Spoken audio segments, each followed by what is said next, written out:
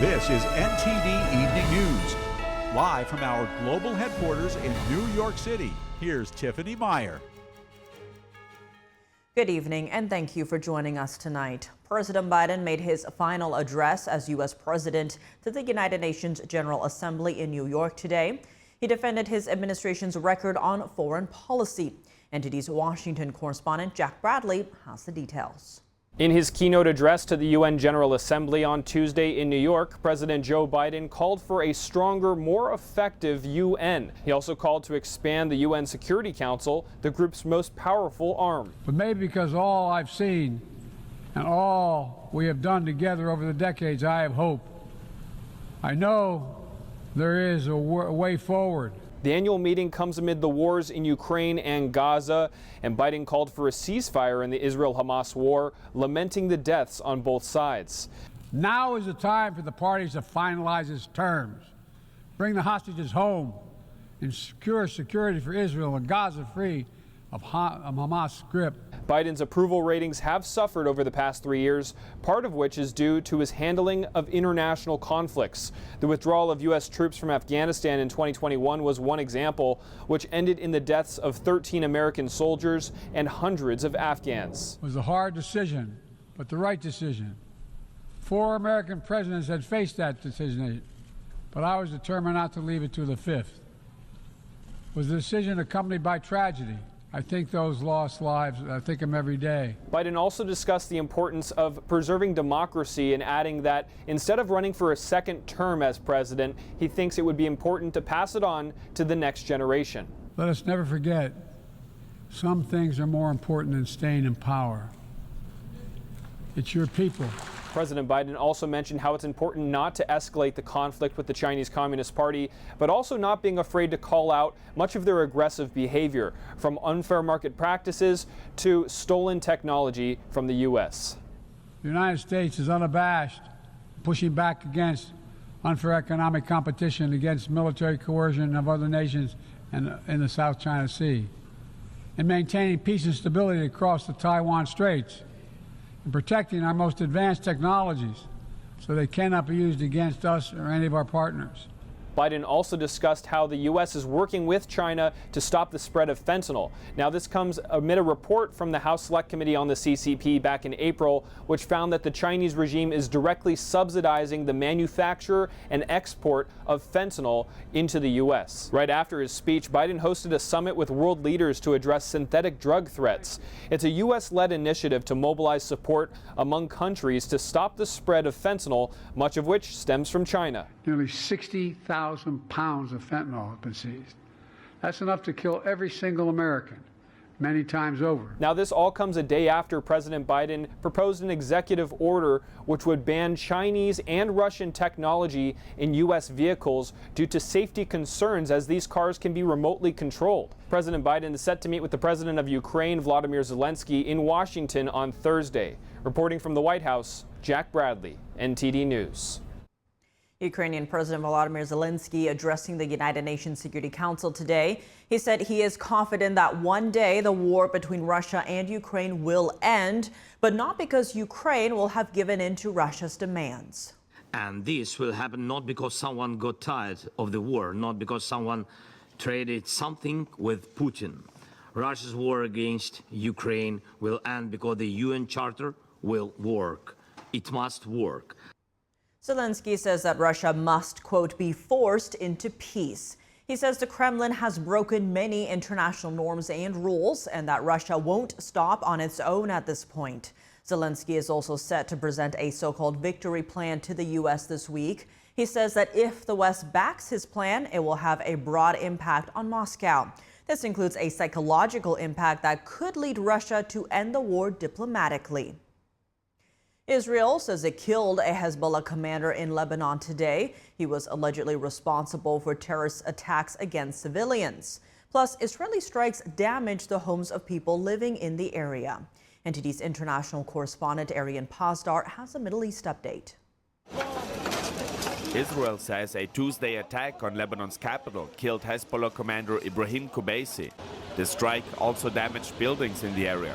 Israel says that Qubaisi was responsible for launching missiles towards Israel for the past years. According to the country's military, Qubaisi joined Hezbollah in the 80s and was responsible for numerous terror attacks against Israeli civilians and soldiers. Also on Tuesday in Lebanon, people attended the funerals of those killed in the airstrikes. Among the attendees was the father of a girl who died. These children, who are birds of paradise, their souls will be the victory. These innocent ones, their souls will be the victory until we pray at Al-Aqsa. Israel's Prime Minister Benjamin Netanyahu suggests the Lebanese people should blame Hezbollah leader Hassan Nasrallah.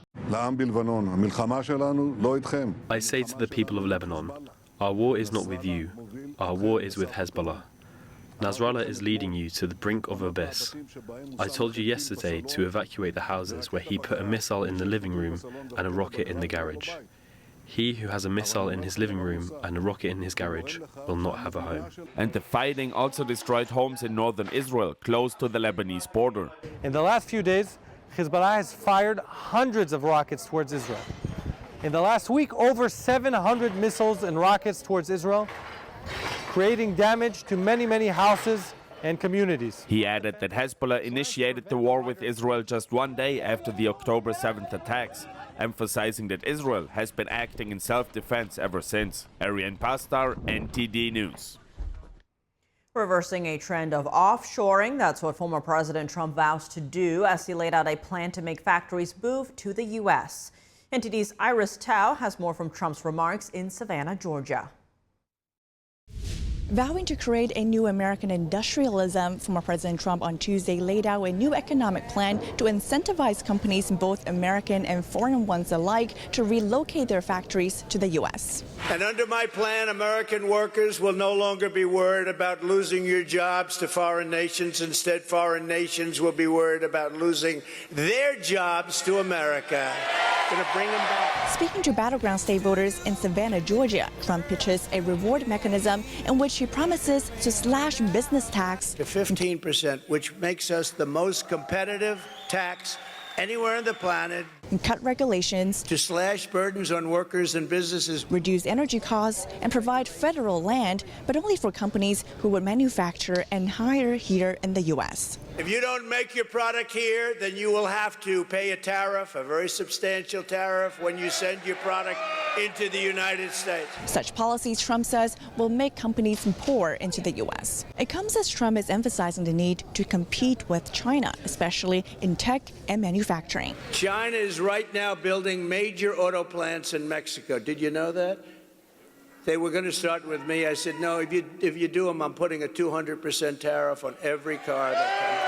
Meanwhile, at a Monday event, Trump threatened a 200% tariff on John Deere if the tractor giant proceeds with a plan to lay off workers in the Midwest and move some productions to Mexico. Because it's hurting our farmers, it's hurting our manufacturing. But the Harris campaign seizing on that to criticize Trump's tariff policies in a Tuesday press call. If you put 200% tariffs on John Deere, the net result is that you've made it cheaper for Chinese manufacturers to compete with John Deere. On Wednesday, Trump will travel to the battleground state of Michigan, while Harris will lay out her economic policies in Pittsburgh. Reporting by Iris Tao, NTD News.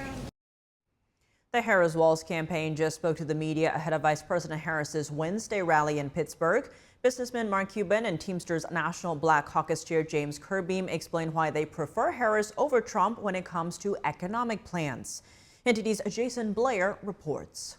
During a call hosted by the Harris-Walz campaign on Tuesday, successful entrepreneur Mark Cuban laid out why he thinks Vice President Kamala Harris is better for business. I want a president that thinks before he speaks or she speaks. I want a president that for business goes into details and has a policy team that understands all the ramifications of what's being proposed. Cuban said that when he has had conversations with the Harris team, they consult their policy teams and he gets back a, quote, serious, well-studied response. He said Harris, quote, thinks through her policies. James Kirby, the chair of the Teamsters National Black Caucus, also expressed why he supports Harris. Vice President Harris is the only candidate that actually grew up in the middle class, and her agenda is the only one that's focused on building the working families again. Citing an anonymous source, CNN reported that Harris is planning to visit the U.S.-Mexico border while in Arizona on Friday. I will bring back the border security bill that Donald Trump killed, and I will sign it into law. If Harris does indeed go to the border on Friday, it will be her first visit since becoming the Democratic presidential nominee and the second time since becoming the vice president. Her first visit was in June of 2021.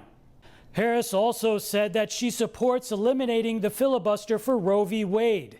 Ending the filibuster would mean 60 votes in the Senate would no longer be needed to reinstate federal legislation related to someone's ability to get an abortion.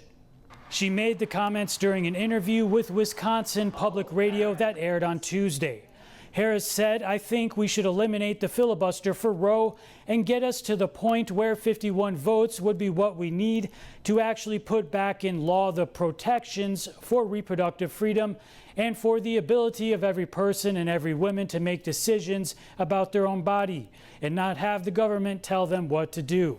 Reporting in Washington, D.C., Jason Blair, NTD News. A GOP effort to secure all of Nebraska's electoral votes for former President Trump hits another roadblock. A new proposal could change how Nebraska would allocate its votes, but the state's Republican Governor Jim Pennant said today that it does not have the two-thirds majority it would need to pass in time for the election. His comments come after Republican State Senator Mike McConnell said yesterday that he opposes a winner-take-all system. NTD's Daniel Monahan has more. Currently, Nebraska and Maine split their electoral votes. 2 go to the statewide winner, and the rest are awarded by congressional district. McDonnell's stance means the GOP can't reach the two-thirds majority needed to pass it. Nebraska has been reliably Republican since 1964, but it hasn't used the winner-take-all rule since 1991.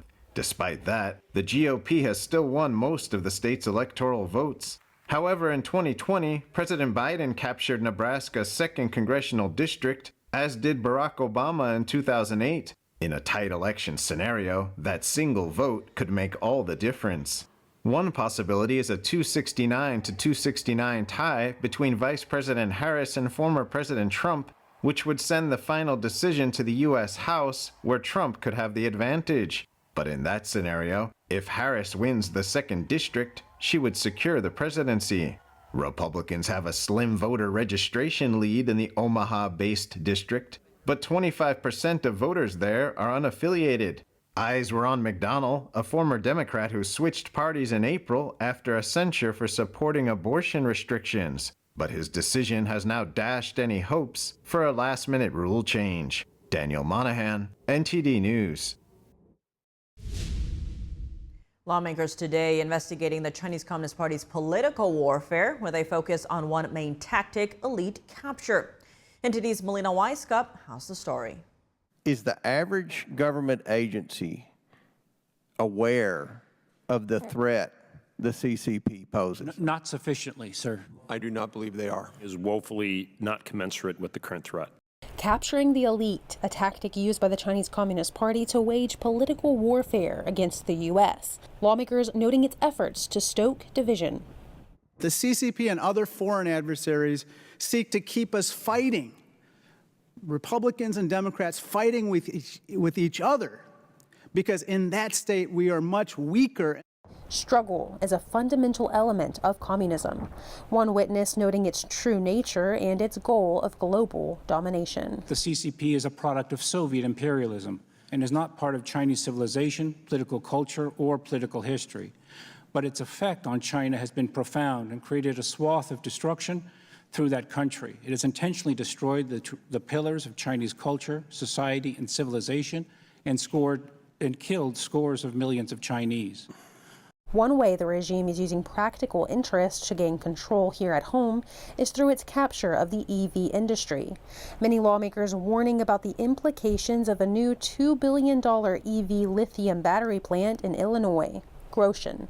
Again, this is going on under our noses within our state, and I'm gravely concerned. It's next to a military facility, and it's right next to Ferris State with NDAs, and everything is under the cloak of darkness.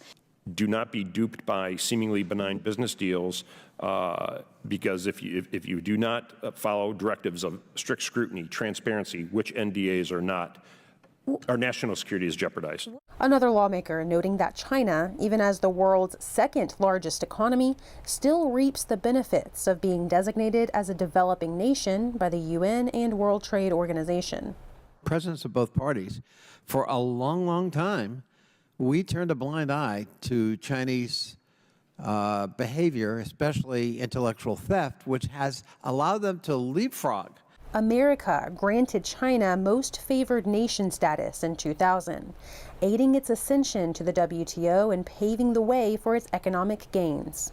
Why would it be widely controversial? Who considers China a developing nation, like they're like they're still farming with oxen out in the rice paddies or something like that, and they all eat 4 ounces of rice and drink a cup of water a day for sustenance? Is that what people believe, literally? I think there's a lot of people making a lot of money. Reporting from Washington, D.C., Melina Weisskopf, NTD News. 2 people have died in a landslide after Hurricane John hit Mexico's southern coast on Monday night, bringing torrential rains and sparking warnings of life-threatening floods. NTD's Christina Corona has the latest update. Hurricane John rapidly intensified into a Category 3 storm within hours on Monday, making landfall approximately 80 miles east of the resort city of Acapulco. It weakened into a tropical storm as it moved further inland. The National Hurricane Center reported that Hurricane John made landfall near Morelia in Guerrero State around 9:15 p.m. local time, with maximum sustained winds of 120 miles per hour. Its slow progress and interaction with nearby mountains are expected to result in catastrophic rainfall both along the coast and inland. Guerrero Governor Evelyn Salgado Pineda reported on Tuesday that 2 people died in their home after heavy rainfall triggered a landslide. The storm, which had winds of 35 miles per hour just a day earlier, rapidly intensified twice in 24 hours, more than tripling its speed. The National Hurricane Center warned that John could re-emerge over the ocean and strengthen again as it skirts Mexico's southern coast, continuing to bring heavy rain and dangerous flash flooding in the coming days. Tropical Storm Helene is expected to unleash mudslides and flooding in Cuba before reaching major hurricane strength in Florida later this week. Residents in Cuba prepared their homes in advance of the storm, with several having to evacuate. It is terrible because you have to take everything with you, and if you leave things behind, they can get damaged, including mattresses. In the past, storms did not pass through here, but with climate change, the situation has changed a lot. Now, the cyclones are very powerful and intense, so we take measures to save what little we have and survive. Florida has declared a state of emergency as evacuations begin in response to the strengthening potential Tropical Cyclone 9, Tropical Storm Helene. Residents in the storm's projected path have been warned to prepare for up to a week without power. Storm Helene is still developing and has the potential to become the strongest hurricane to impact the United States this season. According to the Weather Channel, the center of Helene is expected to move across the northwestern Caribbean Sea tonight and is expected to reach hurricane status in the Gulf of Mexico by Thursday. Christina Corona, NTD News. The administrator of the Federal Aviation Administration, or FAA, told lawmakers today that significant changes are needed to improve quality and safety at the Boeing company. NTD's Washington correspondent Luis Martinez has more on this story.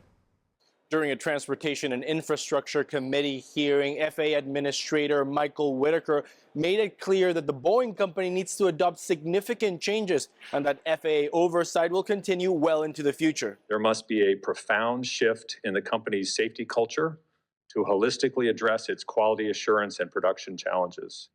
Our goal is to make sure Boeing implements the necessary changes and has the right tools in place to sustain those changes in the long term. After the door plug incident in Alaska Airlines Flight 1282 on January 5th, the FAA ordered Boeing to develop and implement a comprehensive action plan to, among other things, enhance supplier oversight, enhance employee training and communication, and increase internal audits of production systems.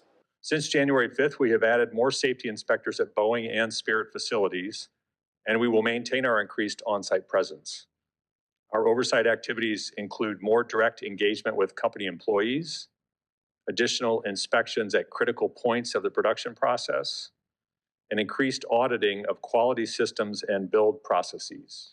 Additionally, the leadership of the International Association of Machinists and Aerospace Workers rejected this week the latest labor contract offer from the Boeing company. The Boeing company increased its original offer from 25 to 30% wage increase, but workers are demanding a 40% increase. Over 33,000 workers have been on strike since September 13th. This is about respect.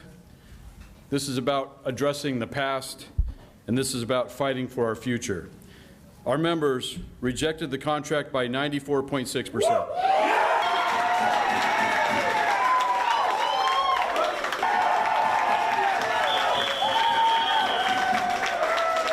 And they voted to strike by 96%. It's important to note that the labor strike has halted entirely the production of 737s, 777, and 767 aircrafts of the Boeing company. Reporting from Washington, D.C., Luis Eduardo Martinez, NTD News. The Coast Guard's investigation into the Titan submersible continues. Today, a friend of the vessel's owner claimed that there was prior knowledge of the sub's imperfections. NTD's David Lamb reports. A friend of the late CEO who died on the OceanGate submersible testified on Tuesday. Carl Stanley said he warned that he heard a large cracking sound while on a prior dive in 2019. How did you identify that it was the sound of carbon fibers snapping? You could even localize where it was coming from. We were hearing it so often that the first couple times it was, disnerving. And then when it kept happening, I remember I was the one that was able to isolate the area where it was coming from. You know your engineer wouldn't go in. You know was hit by lightning, and you've seen a cross-section of that hull. OceanGate's Titan submersible imploded in June of last year, killing all 5 people on board, including the company's CEO. I had the privilege of knowing the explorers whose lives were lost. Stockton, PH, Shazada, Suleiman, and Hamish. And there's not a day that passes that I don't think of them, their families, and loss. It's been a difficult year for them and for all of us. I would also like to thank the board for the work they've done and continue to do in this investigation. Stanley claimed that the CEO, Stockton Rush, quote, definitely knew it was going to end like this. Prior witnesses during the public hearings said the CEO prioritized profits over safety and that the company was financially stressed. There was also testimony that said the CEO and crew were passionate about exploration. On the Titan's final fatal dive, it was taking people to see the wreck of the Titanic. David Lamb, NTD News. Carolyn Ellison, a former top executive at Sam Bankman-Fried's fallen FTX cryptocurrency empire, was sentenced to 2 years in prison today.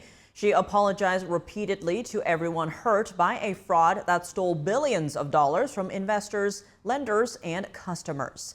U.S. District Judge Louis A. Kaplan said Ellison's cooperation was substantial and remarkable, but he said a prison sentence was necessary because she had participated in what might be the, quote, greatest financial fraud ever perpetrated in this country and probably anywhere else. He said in such a serious case, he could not let cooperation be a get-out-of-jail-free card. Investigation into the second apparent Trump assassination attempt continues. According to AP and CNN, prosecutors today filed a charge of attempted assassination of a major presidential candidate against Ryan Wesley Ruth. Also today, Attorney General Merrick Garland saying the Justice Department would spare no resource to ensure accountability in this matter. The Department of Justice released a note yesterday, allegedly written by Ruth. In it, he offered a $150,000 bounty to whomever would finish the job. Joining us now to discuss the letter are 2 guests. Greg Schaefer is a retired FBI agent from the elite hostage rescue team. Greg's brother also spent 25 years in the Secret Service as a special agent. And Gerard Filitti is a Middle East affairs analyst and attorney specializing in international law, as well as senior counsel at the Lawfare Project. Greg and Gerard, thank you for joining us. Good to see you both again. Greg, I want to start with you. Now, this letter purportedly written by Ruth has been released in full by the DOJ. It's not redacted. Does this follow standard protocol? What do you make of this? I don't think it follows standard protocol at all. There was no reason for to have that letter released as is. They could have easily redacted that, especially the sentence there where he offers a $150,000 reward for somebody to follow up on his failed assassination attempt. They could also seal the letter and just release it once the trial started. But we're still yet looking for the manifesto from the Nashville shooter, and that was close to 2 years ago. So this is definitely not something that DOJ routinely does. And you have to ask the hard question, what was their intent behind this? What's the justification of doing this? Because the letter sounds like it's just going to entice and encourage, other mentally deranged individuals who may want to take a shot at the former president. On that note, Gerard, critics like former Attorney General Bill Barr saying this letter with the bounty will only further incite assassination attempts against Trump. In your view, how does the Justice Department weigh risk and transparency to the public with something like this? It's not an easy calculus, and absolutely this could have the potential of inciting more people to commit violent acts against Donald Trump, especially the details that did not need to be released publicly. We have seen historically that when you release documents like this, they do have an effect on people. They do have the effect on people who have already been predisposed to thinking in one way to perhaps influence their actions. The flip side of that, however, is the need for transparency, especially when you have a second assassination attempt against a major presidential candidate. You need transparency, especially when we have seen so many failures on the part of the Secret Service. So I think in this case, the FBI, the Attorney General, erred on the side of disclosing more rather than less. And Greg, zooming in on the letter itself, anything stand out to you there? Well, from what I understand, the letter still has not been authenticated. I haven't seen anything where it said that Mr. Ruth did write this letter or sign this letter. Regardless of that, though, I understand your guest comment about being transparent, but the FBI and the DOJ have already lost the faith and the confidence of the American people, at least 50% of the American people. And for them to use the excuse that they're just trying to be transparent when everything else they've done in both this assassination attempt and in the Butler incident, they're not being transparent at all. We still have so many unanswered questions on both assassination attempts. For instance, where did the rifle come from? Where was he staying for the last 30 days? Where did the car come from? Where's his funding coming from? How did he know that would be the perfect spot to hide and lie in wait for the president on the golf course? There are so many unanswered questions. So, to say that they released the letter because it's being transparent, I think it's just an excuse. And expanding on that point, Gerard, court documents note the letter was written and given to an unnamed person months ago, but only opened after the assassination attempt. What do you make of Ruth saying he failed in his attempt in the letter if it was written, months ago? Well, that's certainly very odd that this letter was given along with other items to a third person to hold onto, and this person only decided to open them after he saw what happened on TV and that Ruth was identified as a suspect, as the main suspect here. So there's certainly a lot of questions to be answered about how that came into being. There are chain of custody issues, there's authentication issues, but ultimately there is the question of whether this was even genuine, because you're setting this up as a failed attempt even before you try to make that attempt, but at the same time you go to the length of planning that you were staking out your target. Apparently we have evidence that he's been researching Donald Trump's movements and upcoming movements, so he was very detailed and meticulous about planning this, but at the same time he's setting it up as if he had failed in a letter that he allegedly wrote months earlier. So there's a lot of questions that need to be answered. Now, Greg, looking ahead, there's been talk in Congress and by President Biden to boost Secret Service protection for major presidential candidates. This is, of course, following the assassination attempts against Trump. Do you think we will see that kick in before November? What would need to happen to ensure there aren't more attempts before and after the election? Well, you would hope that would get passed and the funding being made available immediately to put America at ease and that their presidential candidates are being protected and are safe. So, that money is long overdue. President Trump is undoubtedly, the most threatened man in America today. And for him to not to have the full Secret Service protection detail that is possible is unconscionable.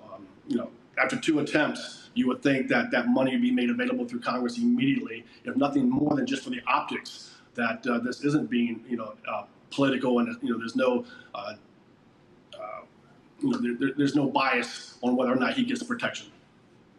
And Gerard, from a legal perspective, are the contents of this letter enough to convict Ruth of attempted murder, as suggested by Florida Governor Ron DeSantis? The contents of the letter themselves, no, but what you have is the conduct leading up to it, the totality of the circumstances, the planning that went into it, the research that he did, the fact that he was staking out the target, the fact that he was there taking a shot allegedly or preparing to take a shot at Donald Trump. All of his conduct in its entirety is enough to get a conviction on the attempted assassination of a major political candidate. The letter itself is a way circumstantial evidence of his intent, but it is not by itself enough to get a conviction. And Gerard, Judge Eileen Cannon will be presiding over this case. She's, of course, the judge in the classified documents case. What do you make of that? Well, I think it's in many ways the ways cases are assigned, it falls to chance, and sometimes you get judges that we already know. In this case, I expect the defense will file a motion to change the judge, saying that she is predisposed to Donald Trump and may not treat him fairly. I don't think ultimately that the motion would go anywhere. I think she will stay on this case, but that will certainly make for some interesting legal maneuverings before we even get to the substance. Greg Schaefer, retired FBI agent, and Gerard Filitti, attorney specializing in national security and counterterrorism law and senior counsel at the Lawfare Project. Thank you both so much for joining us. Thank you. We're now entering the final phase of the election cycle with just 6 weeks to go. Let's take a look at what's going to happen in the build-up to and beyond November 5th. 2 assassination attempts on a presidential candidate, with another candidate suddenly dropping out of the race. This election season has been dramatic so far, and now it's entering the final stretch. Early voting has already begun in several states. On October 1st, the 2 vice presidential candidates will debate. Republican Senator J.D. Vance and Democratic Minnesota Governor Tim Walz will square off on CBS. This will likely be the last time the 2 sides face each other on stage before the election.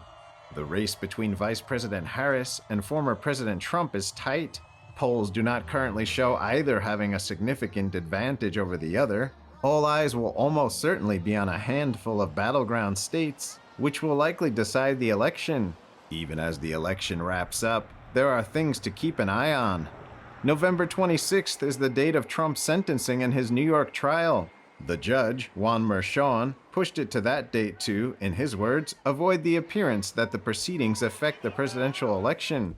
Trump was found guilty of falsifying business records to cover up payments to adult film actress Stormy Daniels.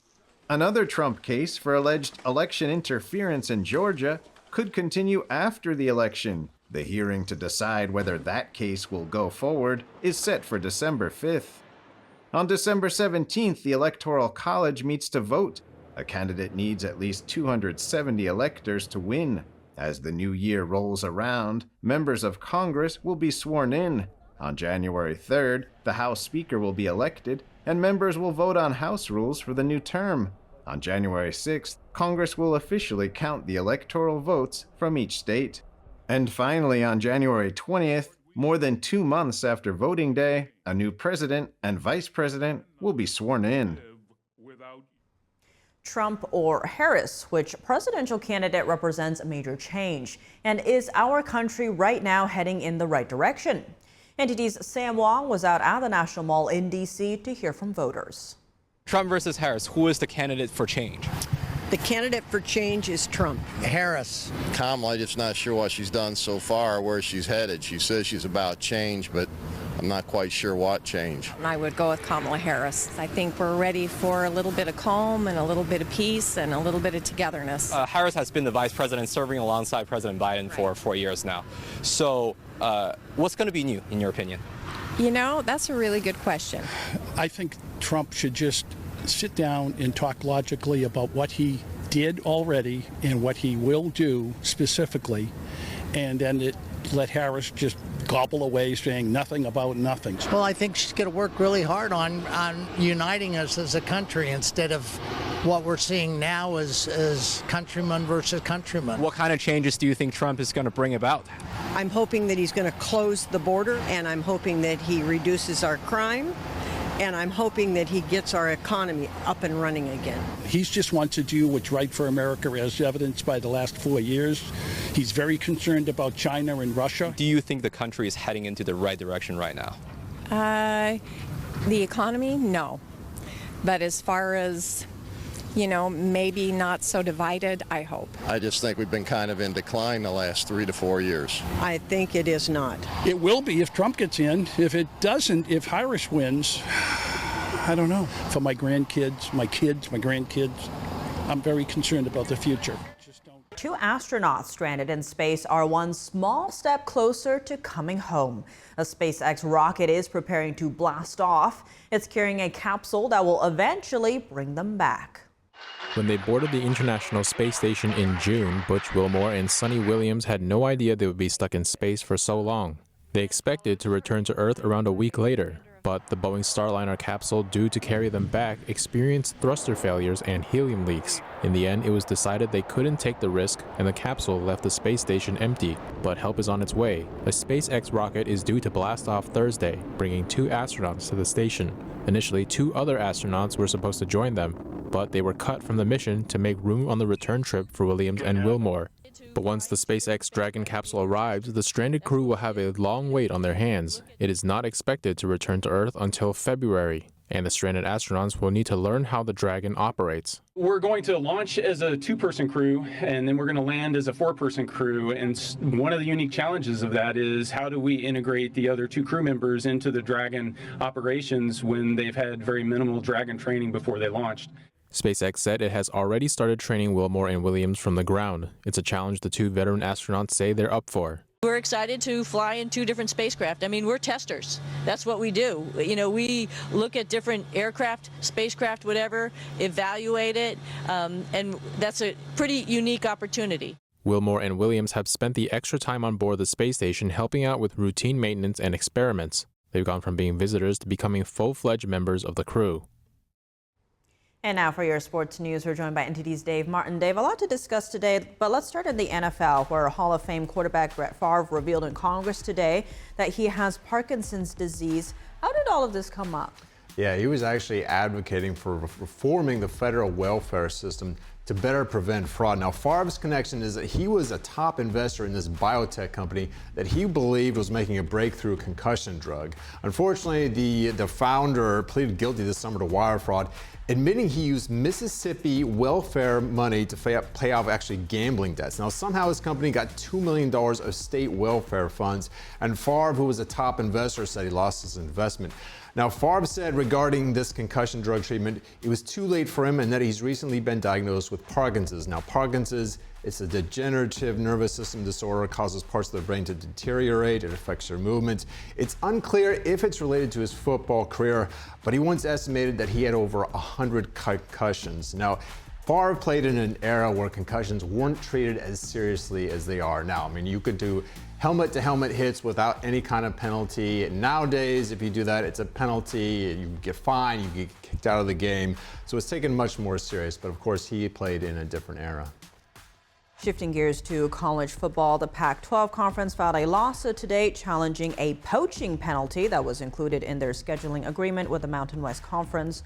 What's it all about? Yeah, really, money. I mean, the poaching fee is $10 million for each school the Pac-12 takes from the Mountain West Conference. Plus, it has an additional $500,000 escalator. So 4 Mountain West schools just announced that they were leaving for the Pac-12. So that's more than $40 million they owe them within 30 days. And there may be a 5th member that hasn't confirmed. Now, at the time that they signed this is last December, the 2 conferences were just trying to come up with an agreement to play each other in every sport, especially football, because the Pac-12 lost all but 2 of their members to the other major conferences. But clearly, someone at the Mountain West Conference saw the writing on the wall, put this clause into the agreement, knowing full well that their members would be the first that the Pac-2 really would come after, and they were right. And I think that Mountain West, certainly saw that they had leverage. It's very difficult to get all this scheduling done in such a quick amount of time. Now, in addition to that, though, each school has to pay the Mountain West Conference an $18 million exit fee. Now, usually these exit fees, though, are kind of negotiated at the last second. I kind of think this poaching fee is going to be done the same way.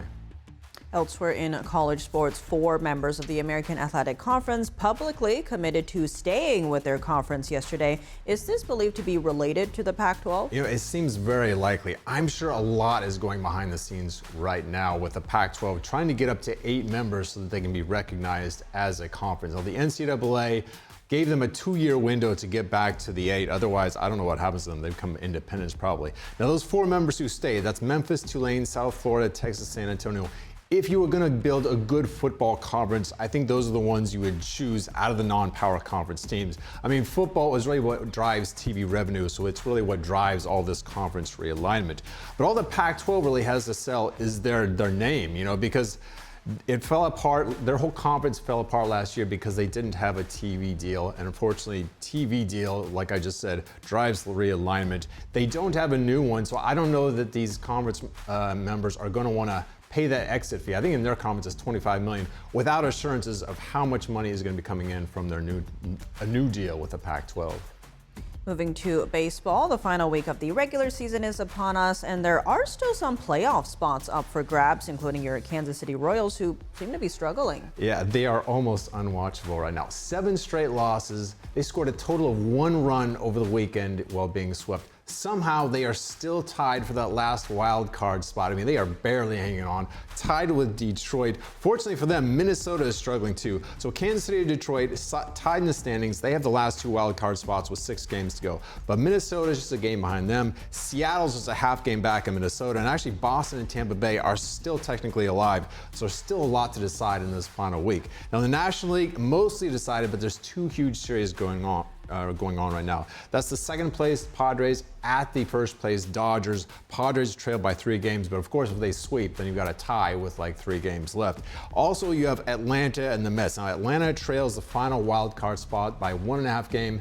The Mets are up half a game, so pretty much every win or loss in each of these series dramatically affects the standings. So it's looking like a very thrilling final week in baseball. Well, Davis, always thanks for joining us. Well, thank you, Tiff. And that's all for today's news. For round-the-clock coverage, visit us at ntd.com or download our NTD app. Thanks for tuning in. I'm Tiffany Meyer. Good night.